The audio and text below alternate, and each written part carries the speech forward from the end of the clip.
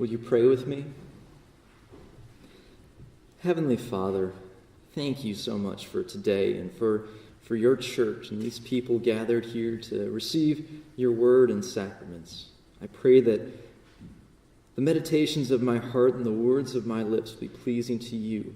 And it's your words to your people that are spoken today. In Jesus' name, amen.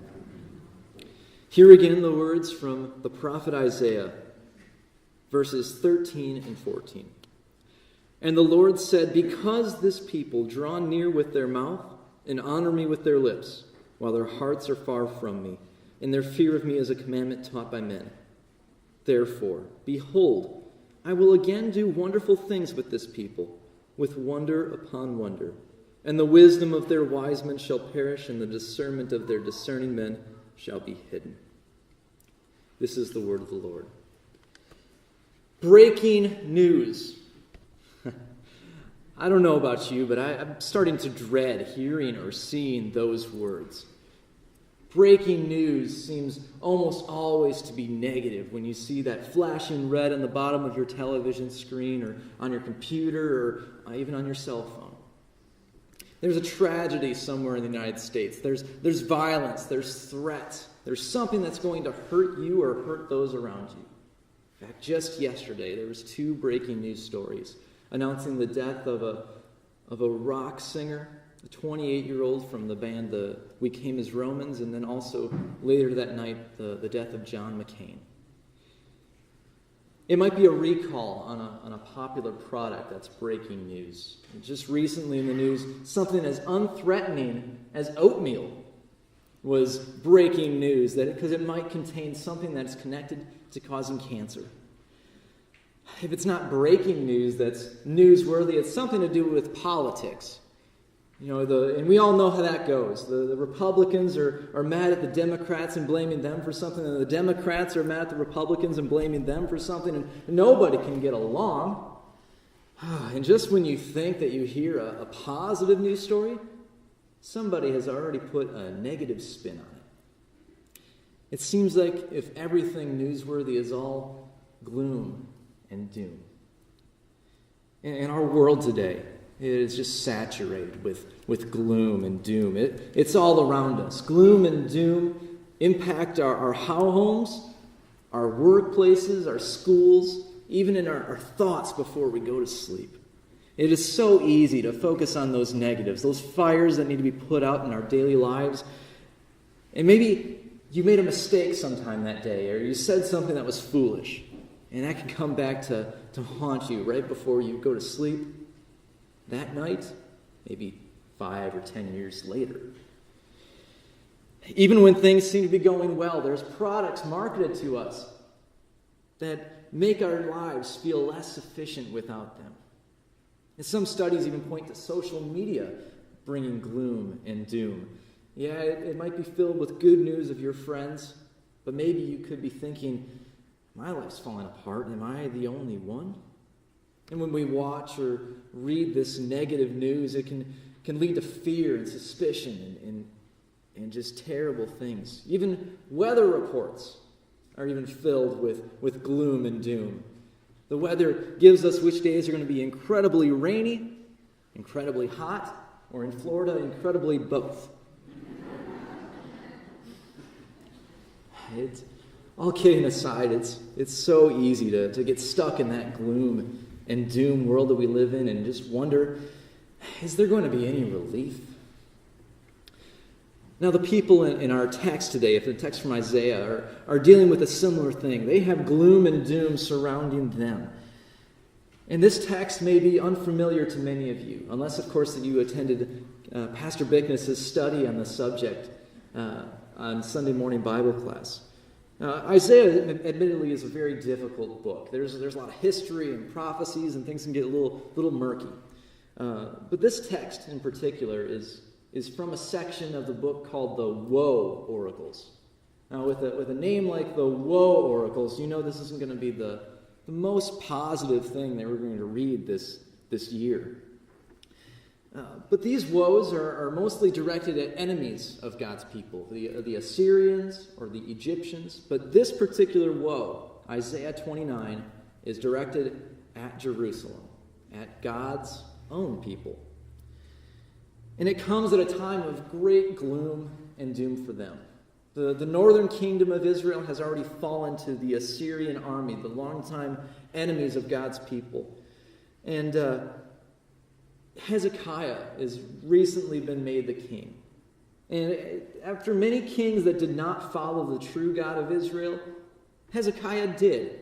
And he was noted in 2 Kings 18. It says that Hezekiah trusted in the Lord, the God of Israel, and there was no king like him before or after him. He had put aside the false gods that his fathers worshipped and worshipped the true God, but still gloom and doom appeared imminent.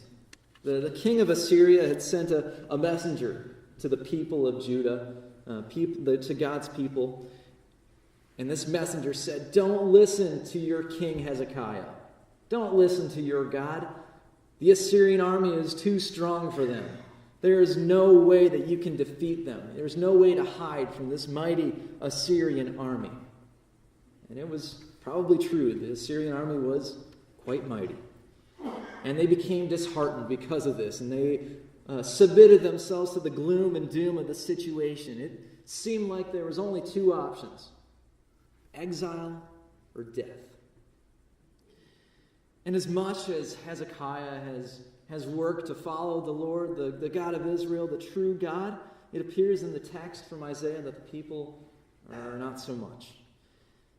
Our text cries, "Woe on Jerusalem! Woe to the people who draw near with their mouths and honor him with their lips, because their hearts are far from him." And there are those that are making their best plans to try to get out of this sticky situation, to maybe move to exile instead of death. That might be a better option. But they think that no one can see them. They think that God is not watching. And they're defeated by the gloom and doom that this situation brings on it. Shame on you, people of Jerusalem. Do you not remember how strong your God is? Do you not remember that this is the same God who took you out of slavery in Egypt, who took your ancestors, who protected King David and caused him to defeat the giant Goliath, who answered the prayers of the prophet Elijah when he defeated the prophets of Baal? He has done so much for you and your ancestors and your people, and yet you still do not trust him? And this is the same God who created you, who knit you in your mother's womb, who knew you inside and out before you were born. And he still knows you. All of this and more he has done for you, this God, the true God of Israel. And yet you still don't trust him. And as God looks upon all this unfaithfulness and lack of trust, and as the Assyrian army reaches closer and closer, surrounding the city, it would be so easy for God to just give up, to give these people into exile or death like what they're expecting. But that's not what God does. The text says, "Because they are a faithless people, therefore God will once again do the miraculous with his people and astound them with wonders upon wonders." The wisest counsel and the most intelligent people have no chance. They don't stand a chance with what God is planning. He's planning something that's beyond their reason. In the midst of chaos, God delivers. In the midst of the gloom and doom and hopelessness, God provides hope.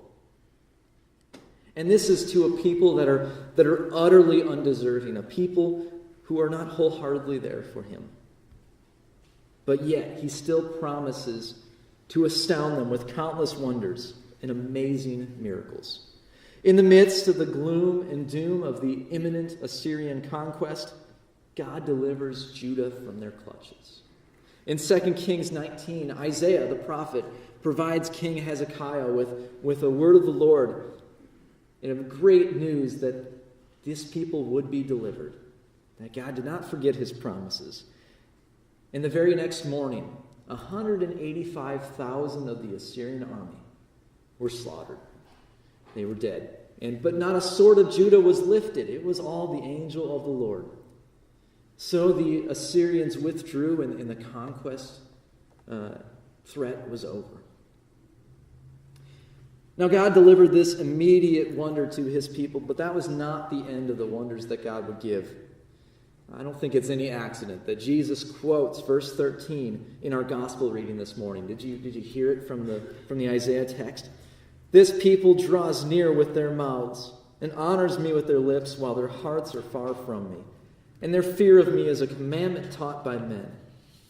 And yet, to those undeserving people, Jesus came. God in the flesh appeared right before their very eyes.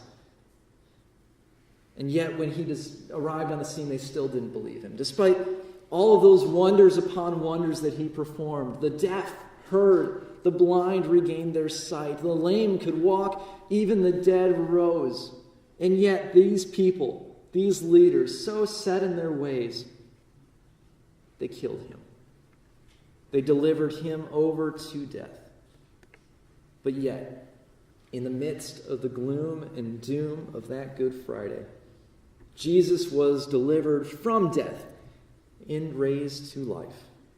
Once again, God kept his promises, continuing to perform amazing wonders for an undeserving people. And now I turn to you, Bethlehem. If we're honest with ourselves, you and me are no more or less deserving of God's grace than those in Isaiah's day or those in Jesus' day. But yet, God's grace still comes to us through his church. And Jesus established his church, and wonders upon wonders have taken place across 2,000 years of establishment. The church has endured persecutions, famines, separations, scandals, disease, countless glooms and dooms. All of this has happened, and yet here you are. Each and every one of you are here in this specific congregation at this specific time. And you are being strengthened by the word and sacraments in this place.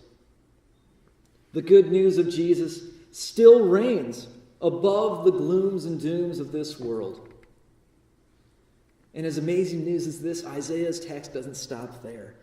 It also has an eye towards the last days, when those glooms and dooms will disappear completely. Just a quick story. Early last week, I had a package that I was expecting, and I was really excited for this package. I would check my phone on the tracking number, and sometimes multiple times an hour. Even if it didn't move from Nashville, Tennessee for 2 days, I was still checking it daily, hourly, trying to wanted to know when this package was going to come. And yet, when it finally came, technology is so amazing that I got this text message saying that my package was outside my door. I didn't hear anything from the mail delivery person, and yet I looked outside and there it was. And I was so excited, opened it up so fast.